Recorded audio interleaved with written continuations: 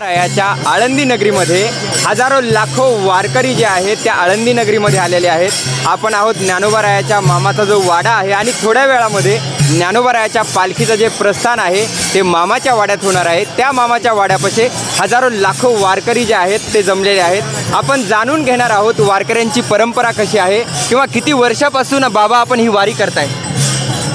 माझ्या आई वारी करत होत्या, त्याच्यानंतर आईनंतर मी वारी करतोय। माझे लक्ष येत नाही की मी किती वाऱ्या झाल्यात। आपण बघतो आहोत की लक्ष नाही आहे की किती वाऱ्या झाल्यात आणि हे सगळे अनुभवत असताना आपण बघतो की तुमच्या गळ्यामध्ये विणा आहे। हा विणा घेऊन तुम्ही पंढरपुरापर्यंत चालत जाणार? पंढरपूरपर्यंत चालत जातो आणि पंढरपूरहून परत आळंदीला पायी येतो। पायी येतंय? अरे वा वा। आपण बघितलं की 5 ते 10 वर्षाच्या एका लेकरापासून तर 80, 90, 100 वर्षापर्यंतच्या म्हाताऱ्या व्यक्तीपर्यंत ही सगळी मंडळी आपल्याला वारीत बघायला मिळते। काय साकडे ज्ञानोबारायाकडे, तुकोबारायाकडे आणि पंढरपुराकडे, विठोबाकडे। जन्मोजन्मी अशीच वारी घडू दे, तुझा सेवक म्हणून जन्माला येऊ दे, एवढीच मागणी। तुझा सेवक म्हणून जन्माला येऊ दे।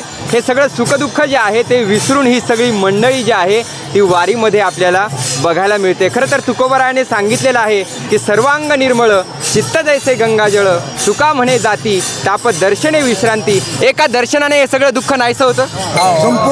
संपूर्ण वर्ष आयुष्य जन्मोजन्माचं दुःख नाहीच होतं। माऊलीचं स्थान म्हणा किंवा तुकोबारायाचं स्थान म्हणा किंवा पांडुरंगाचं स्थान काय आहे हृदयामध्ये?